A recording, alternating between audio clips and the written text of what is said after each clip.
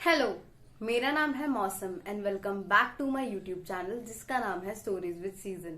अगर आपको crime related horror या फिर मिस्टीरियस स्टोरी सुनने का शौक है तो आप बिल्कुल सही चैनल पे आए हैं। और आज की ये स्टोरी शुरू करने से पहले मैं आपसे रिक्वेस्ट करना चाहूंगी कि आप मेरे इस चैनल को सब्सक्राइब करें, इस वीडियो को एंड तक देखने के बाद लाइक करें, शेयर करें और कमेंट करना तो बिल्कुल भी ना भूलें। तो चलिए चलते हैं हमारी आज की कहानी की तरफ। मिड 90s में साउथ दिल्ली के वसंत विहार इलाके में एक फैमिली शिफ्ट होती है और उस फैमिली के अंदर 4 लोग होते हैं, जिसके अंदर होते हैं फैमिली के हेड जिनका नाम था मिस्टर उमेश श्रीवास्तव। वो प्रोफेशन से सीनियर चार्टर्ड अकाउंटेंट होते हैं। उनकी बीवी जिनका नाम था मंजू श्रीवास्तव, उनकी बेटियां जिनका नाम था अंकिता और अंशुता श्रीवास्तव। और मिस्टर उमेश श्रीवास्तव जो होते हैं उनका नेचर काफी ज्यादा फ्रेंडली टाइप होता है। वो अपने नेबर्स, अपने रिलेटिव्स सबसे बहुत ज्यादा प्यार से पेश आते हैं, बहुत ज्यादा प्यार से मिलते हैं और वो नेचर में भी काफी ज्यादा हेल्पिंग होते हैं। लेकिन दूसरी तरफ उनकी जो बेटियां और उनकी जो बीवी होती है वो थोड़ी सी सोशलाइज होना इतना पसंद नहीं करती। वो ज्यादा लोगों से मिलना इतना पसंद नहीं करते। वो लोग अपने घर में ही ज्यादातर रहते हैं और बाहर भी कम ही आते हैं, तो उनको इतना ज्यादा पसंद नहीं होता लोगों से मिलना जुलना। लेकिन नेचर से उनकी वाइफ और उनकी बच्चियां भी काफी ज्यादा हेल्पफुल होती है। तो वो पूरी जो फैमिली होती है वो काफी ज्यादा हेल्पफुल होती है अपने नेबर्स को, अपने रिलेटिव्स को लेके। इनफैक्ट उनके जो घर की हाउस हेल्प होती है, जो उनकी मेड होती है, वो फैमिली उस मेड की इतनी ज्यादा हेल्प करती है। जब उस मेड को प्रेगनेंसी के टाइम पे पैसों की जरूरत होती है तो वो फैमिली उसके साथ खड़ी रहती है। वो इतने ज्यादा अच्छे लोग होते हैं और वो स्ट्रे डॉग्स और स्ट्रे कैट्स को भी खाना खिलाते हैं। वसंत विहार इलाके में ही उस फैमिली के 2 फ्लैट्स होते हैं। एक फ्लैट जिनके अंदर वो रहते हैं और दूसरा फ्लैट जो वो किराए पे चढ़ाते हैं। जनरली वो किराए पे चढ़ा के रखते हैं, रेंट पे देके रखते हैं उस फ्लैट को। और जो उमेश श्रीवास्तव की बेटियां होती हैं, अंकिता श्रीवास्तव और अंशुता श्रीवास्तव, जिसमें अंकिता श्रीवास्तव बड़ी होती है और अंशुता श्रीवास्तव उनसे 3-4 साल छोटी होती हैं, वो दोनों ही काफी ज्यादा वेल एजुकेटेड होती हैं। अब आगे बढ़ते हैं साल 2021 अप्रैल की तरफ, जब इस फैमिली के ऊपर काफी ज्यादा मुसीबतें आ जाती हैं। और ऐसा इसलिए होता है क्योंकि उस टाइम पे कोविड आया हुआ होता है। सो मिस्टर उमेश श्रीवास्तव जो होते हैं उनकी स्टार्टिंग से जो जॉब होती है पार्ट टाइम जॉब होती है, लेकिन उसके बावजूद भी वो काफी ठीक ठाक अमाउंट कमा लेते हैं जिससे उनका घर वगैरह अच्छे से चल जाता है। बट कोविड के टाइम पे जब पैंडेमिक आता है तब उनकी जो पार्ट टाइम जॉब होती है वो भी चली जाती है, जिस वजह से वो फैमिली पूरी रिलाई हो जाती है रेंट के पैसों के ऊपर। और रेंट इतना ज्यादा नहीं होता जिससे उनका घर इतना अच्छे से चल सके। तो वो फैमिली काफी ज्यादा फाइनेंशियल क्राइसिस से गुजर रही होती है और इतना ज्यादा गुजर रही होती है कि वो अपनी जो मेड होती है उनको बोल देती है कि आप अब से मत आना क्योंकि हमारे पास आपको देने के लिए पैसे नहीं है। इतना ज्यादा उनकी हालत खराब हो जाती है, इतना ज्यादा वो परेशानी में आ जाते हैं। और उससे भी ज्यादा वर्स्ट चीज तब होती है जब जो मिस्टर उमेश श्रीवास्तव होते हैं उनको कोविड हो जाता है। और जब उनको कोविड होता है तब सिचुएशंस, जो उनके घर की सिचुएशन होती है वो काफी ज्यादा बुरी हो जाती है, फाइनेंशियली भी और इमोशनली भी। तो मिस्टर उमेश श्रीवास्तव को एम्स हॉस्पिटल ले जाया जाता है क्योंकि उनकी जो कंडीशन होती है काफी ज्यादा क्रिटिकल हो रही होती है। शुरुआत में तो लग रहा होता है कि कोविड है, ठीक हो जाएगा, जैसे नॉर्मली जो लोग जैसे घर में रह के रिकवर हो रहे थे उन लोगों को भी लग रहा था कि हमारे साथ ऐसा कुछ नहीं होगा, हमारे फादर भी ठीक हो जाएंगे, रिकवर हो जाएंगे। बट ऐसा नहीं होता है। उमेश श्रीवास्तव रिकवर नहीं हो पाते हैं और एम्स हॉस्पिटल में उनकी डेथ हो जाती है। और ये जो चीज होती है वो इतनी ज्यादा शॉकिंग बन के आती है उस फैमिली के लिए, क्योंकि उमेश श्रीवास्तव की जो बेटियां होती है वो भले ही सोशलाइज होना पसंद नहीं करती, वो भले बाहर निकलना पसंद नहीं करती, लेकिन वो अपने फादर से बहुत ही ज्यादा प्यार करती हैं और बहुत ही ज्यादा क्लोज होती है अपने फादर के।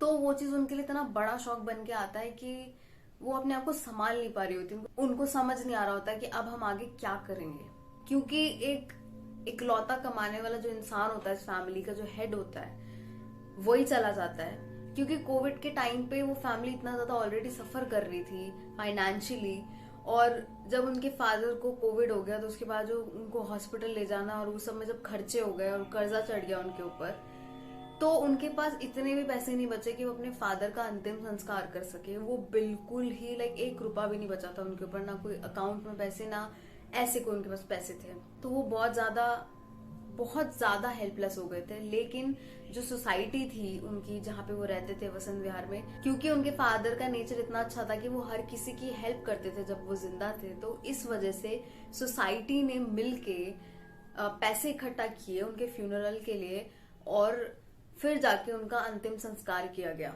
उनके पास इतने पैसे नहीं बचे थे, इतनी सिचुएशन उनकी खराब हो चुकी थी। तो क्या होता है कि उनके फादर भी जा चुके होते हैं, उनके पास कोई फाइनेंशियल एज सच कोई सपोर्ट भी नहीं होता है।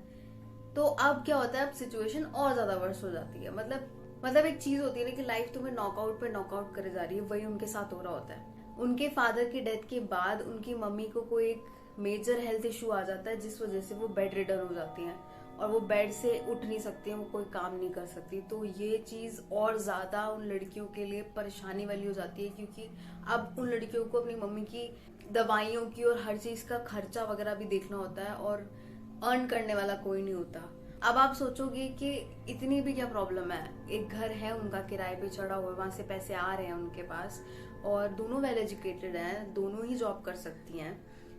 तो बिल्कुल हम जज कर सकते हैं किसी की सिचुएशन को, हम बिल्कुल जज कर सकते हैं, हम बिल्कुल सोच सकते हैं कि वो ये कर सकते थे, वो कर सकते थे। लेकिन मैं आपको बता दूं कि जब उनके फादर की डेथ हुई तो उसके बाद से तीनों के तीनों डिप्रेशन में चले गए। और जब मैं बात कर रही हूँ डिप्रेशन की, तो मैं एक नॉर्मल सैडनेस की बात नहीं कर रही हूँ, मैं एक कुछ टाइम की ग्रीफ की बात नहीं कर रही हूँ, मैं बात कर रही हूँ क्लिनिकल डिप्रेशन की, एक बीमारी की जिसे लोग सीरियसली नहीं लेते। लोगों को लगता है कि शायद डिप्रेशन एक नॉर्मल सी सैडनेस है, एक इमोशन है जो आता है और चले जाता है किसी के दो शब्द बोलने से, बट ऐसा नहीं होता।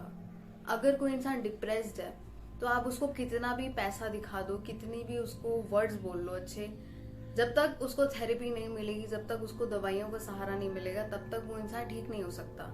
तो ये एक मेडिकल कंडीशन है जो लोग समझने में फेल हो जाते हैं। तो जब इंसान डिप्रेशन में होता है तो उसका जो बॉडी का जो मेन पार्ट होता है ब्रेन, वही नंब पड़ जाता है, इंसान नंब हो जाता है लिटरली, उसको लाइफ ही अच्छी नहीं लग रही होती। डिप्रेशन लिटरली जानलेवा है, तो उसको जीना ही अच्छा नहीं लग रहा होता, उसको बस ऐसा हो रहा होता है कि बस चल रही है लाइफ और उसको चलने दो।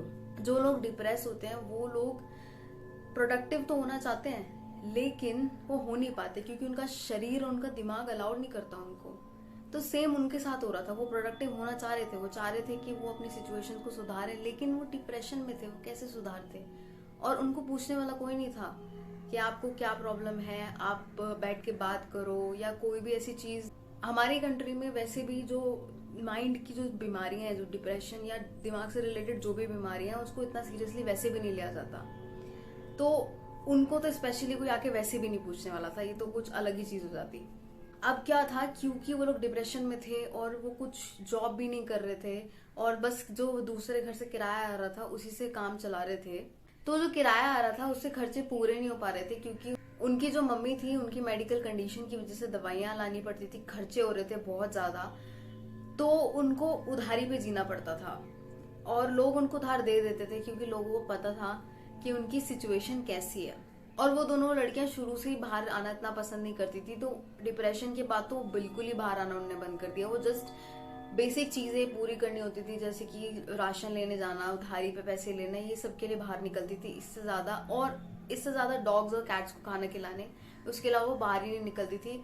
और बाहर सिर्फ छोटी बेटी निकलती थी, बड़ी बेटी की तो दिमाग की हालत काफी ज्यादा खराब हो गई थी। वो अपने सेंसेस में नहीं रहती थी, वो उसका जो मूड जो होते थे उसके कभी कैसे होते थे, कभी कैसे होते थे। वो फैमिली मेंटली बहुत सफर कर रही थी, सिर्फ फाइनेंशियली नहीं, मेंटली वो ज्यादा सफर कर रही थी। तो अब आ जाते हैं मई 21, 2022 की तरफ। तो उस दिन एक जो अंडे वाला होता है, एक एग वेंडर होता है, वो अंकिता को 5 से 6 बार कॉल करता है बैक टू बैक।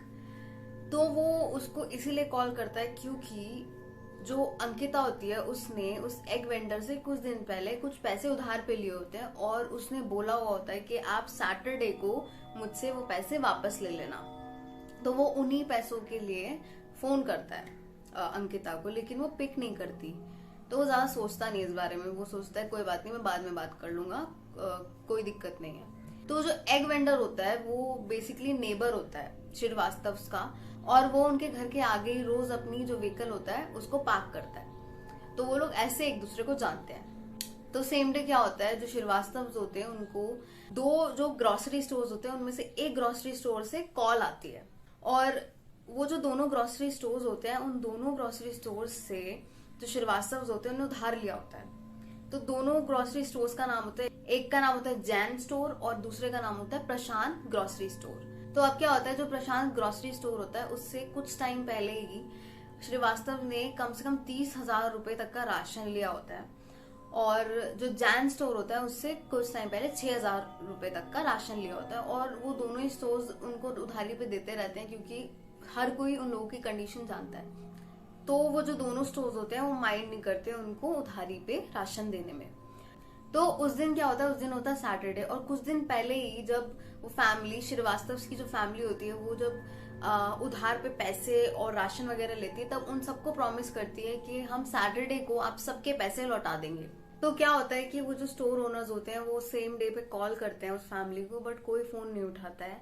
लेकिन सेम डे क्या होता है, शाम के 5 से 6 बजे के बीच में जो श्रीवास्तव होते हैं उनकी तरफ से प्रशांत जनरल स्टोर के ओनर को कॉल आई हुई होती है, जो वो मिस कर देते हैं। तो वो बाद में कॉल बैक करते हैं, लेकिन कोई भी फोन नहीं उठाता है। तो उस दिन क्या हो रहा है कि जो श्रीवास्तव होते हैं वो किसी का भी फोन नहीं उठा रहे होते हैं। तो इन दी एंड क्या होता है, क्योंकि श्रीवास्तव फोन नहीं उठा रहे होते हैं, तो जो जैन स्टोर के ओनर होते हैं वो सीधा उनकी हाउस हेल्प को फोन करते हैं, जिनका नाम होता है कमला। तो उनकी जो हाउस हेल्प होती है कमला, वो शाम के 5 बजे श्रीवास्तव के घर जाती है। वो रोज उनके घर पे शाम के 5 बजे जाती थी।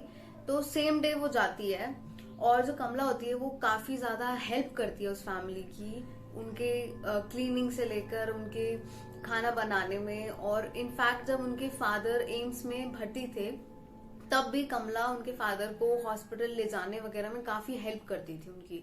तो जो जो उनकी सबसे ज्यादा क्लोज होती है वो वही होती है कमला, और वो किसी को ज्यादा क्लोज आने ही नहीं देते। तो कमला 5 बजे जाती है, दरवाजा खटखटाती है, बेल बजाती है, कोई रिस्पॉन्स नहीं आता। तो वो क्या करती है, वो अपने दूसरे घर पे चली जाती है, मतलब जहाँ पे उसने काम करना होता है नेक्स्ट, वो उस घर पे चली जाती है और सोचती है मैं बाद में आके पता कर लूंगी कि वो लोग कहाँ गए हैं, या फिर मैं अपने बेटे को भेज दूंगी। तो वो चली जाती है और शाम के 6 बजे वो अपने बेटे को श्रीवास्तव के घर भेजती है, और उनका बेटा बेल बजाता रह जाता है, खटखटाता रह जाता है, लेकिन कोई रिस्पॉन्स नहीं आता। तो इस वजह से क्या होता है, कमला को जब ये बात पता चलती है कि कोई रिस्पॉन्स नहीं आ रहा है, तो वो काफी ज्यादा डर जाती है, क्योंकि उसको पता होता है कि ये लोग तो कहीं भी नहीं जाते, और वो वैसे भी नहीं जा सकते क्योंकि उनकी मम्मी की हालत इतनी सही नहीं है। वो बेड रिडन है, वो अपने बेड पे ही रहती हैं, उनको छोड़ के वो दोनों के दोनों कहीं जा ही नहीं सकते। और वैसे भी वो सोशलाइज नहीं होते हैं, वो सोशल होना पसंद ही नहीं करते, और डिप्रेशन में भी होते हैं। तो इस सब सिनेरियोस की वजह से, इन सब चीजों को दिमाग में रख के वो काफी ज्यादा पैनिक हो जाती है, और वो वहां के जो प्रेसिडेंट होते हैं, यानी कि जो वसंत विहार, जो उस जगह के, उस एरिया के जो प्रेसिडेंट होते हैं, उनको जाके बोलती है कि ऐसे ऐसे सिचुएशन है, कोई दरवाजा नहीं खोल रहा है, तो आप प्लीज पुलिस को कॉल करो। तो उसके बाद जाके पुलिस को कॉल किया जाता है। ये सब होने के बाद तो पुलिस आती है, मौके पर पहुंचती है, और पुलिस भी बेल बजाती है, दरवाजा खटखटाती है, कोई रिस्पांस नहीं आता। तो क्या होता है, पुलिस ना बाहर से ही देखती है कि जो एग्जॉस्ट फैन जहाँ पे लगता है वहां पे ना पुलिस देखती है कि वो जगह कवर हो रखी है अंदर से। तो पुलिस को लगता है कुछ अनयूजुअल सा हो रखा है इस घर में, और जरूरी है कि अब वो दरवाजा तोड़ के अंदर जाएं, दरवाजा खोल के अंदर जाएं जैसे भी। तो वो जैसे जैसे दरवाजा वगैरह खोलते हैं, जो भी प्रोसीजर होता है वो सब करके अंदर घुसते हैं, और जैसे वो अंदर घुसते हैं तो वो एक दीवार पे एक बड़ा सा नोट देखते हैं। उस नोट के ऊपर लिखा होता है गैस चेम्बर। तो पुलिस सोचती है कि ये क्या सीन है, और इतना ही नहीं, उनको स्मेल आने लग जाती है गैस की। तो वो फटाफट से जाके किचन में देखते हैं, और जो सिलेंडर होता है उनके किचन का वो खुला हुआ होता है, और वो फटाफट से सिलेंडर को बंद करते हैं। उसके बाद वो रूम की तरफ बढ़ते हैं, और रूम के बाहर एक नोट लगा हुआ होता है जिसके अंदर पूरे के पूरे इंस्ट्रक्शंस लिखे हुए होते हैं कि जो भी इस घर में आए तो उसको क्या क्या करना है। तो उस इंस्ट्रक्शन में कुछ ऐसा लिखा हुआ होता है, too much deadly gas, please ventilate the room by opening Windows and fan, don't light match और कैंडल और anything, be careful while removing the curtains, do not inhale। ये चीज पढ़ती है पुलिस और हक्की बक्की रह जाती है।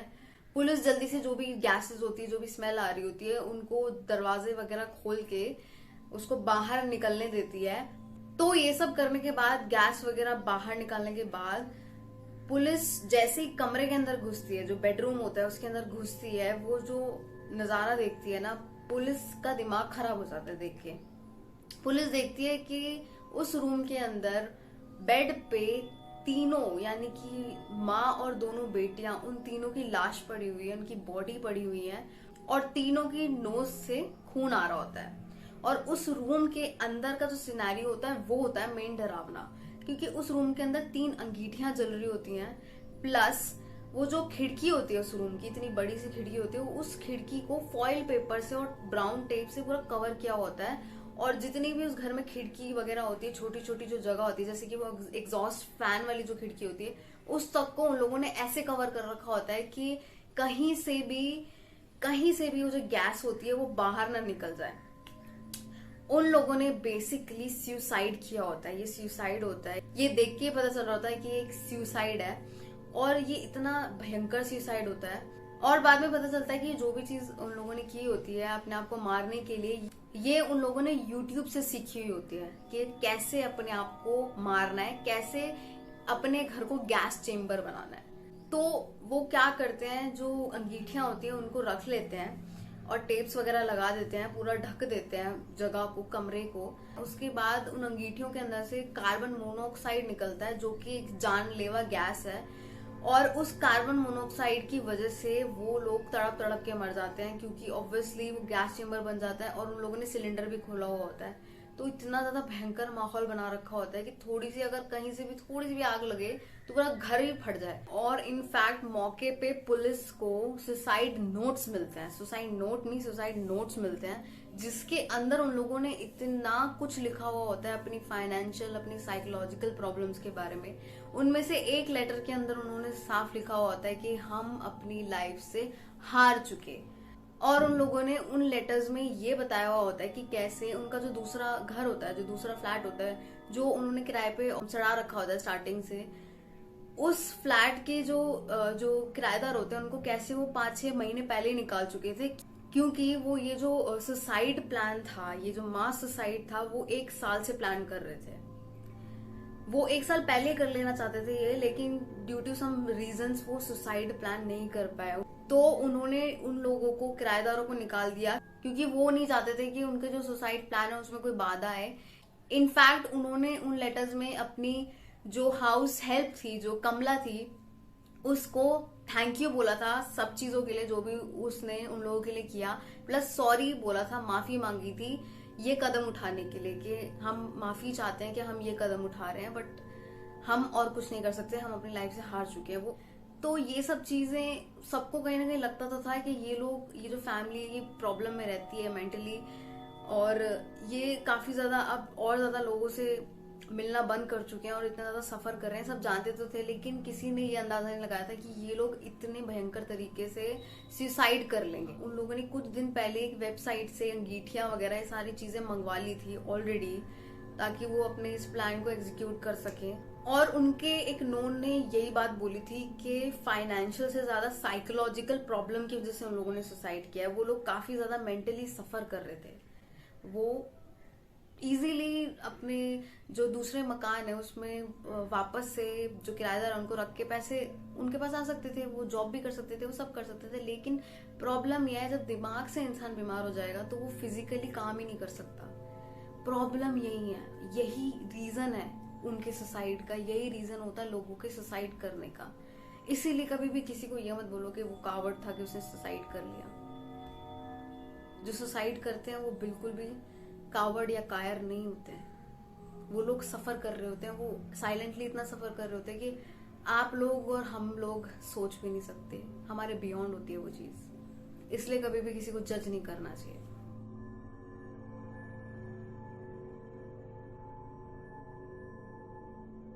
So that's it for today. Hopefully आपको आज की स्टोरी पसंद आई हो। अगर आपको मेरा ये स्टोरी सुनाने का तरीका पसंद आता है तो प्लीज मेरे इस चैनल को सब्सक्राइब करें, ताकि मैं फ्यूचर में और ऐसी वीडियोस ला सकूं। इस वीडियो को लाइक करें, शेयर करें और कमेंट करना तो बिल्कुल भी ना भूलें। तो चलिए मिलते हैं हमारी नेक्स्ट वीडियो में। Till then, thank you so much and bye bye.